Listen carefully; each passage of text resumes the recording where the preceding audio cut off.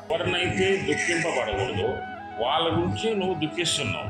అసలు జ్ఞానులు ఎవరు, అజ్ఞానులు ఎవరు?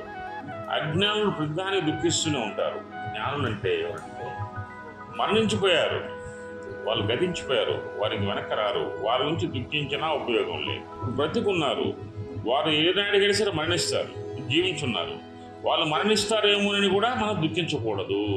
అశోచ అంటే ప్రపంచంలోని ప్రతి పదార్థమును ఆస్తి, భాతి, ప్రియ, నామ రూపములను ఐదింటితో నేర్పబడుతున్నది.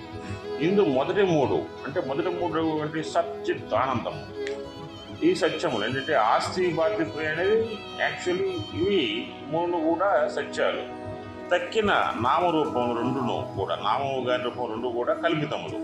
మొదటి మూడు మాత్రమే జీవుని వాస్తవ స్వరూపమును తెలియజేస్తాయి, నామస్వరూపం కాదు. సత్యమగు తన స్వరూపమును ఏకకాలమును నశింపదు, కావున దాని కొరకై శోచించవలసిన పని లేదు. అసత్యమగు నామరూపమును మార్పు పొందినను నశించినను అవి తన స్వరూపమును కాదు, కనుక వానికై శోచించట నిష్ప్రయోజనం. కాబట్టి నువ్వు శోకించడం దేని కొరకు అని శ్రీకృష్ణుడు అర్జునుడు అడుగుతున్నాడు.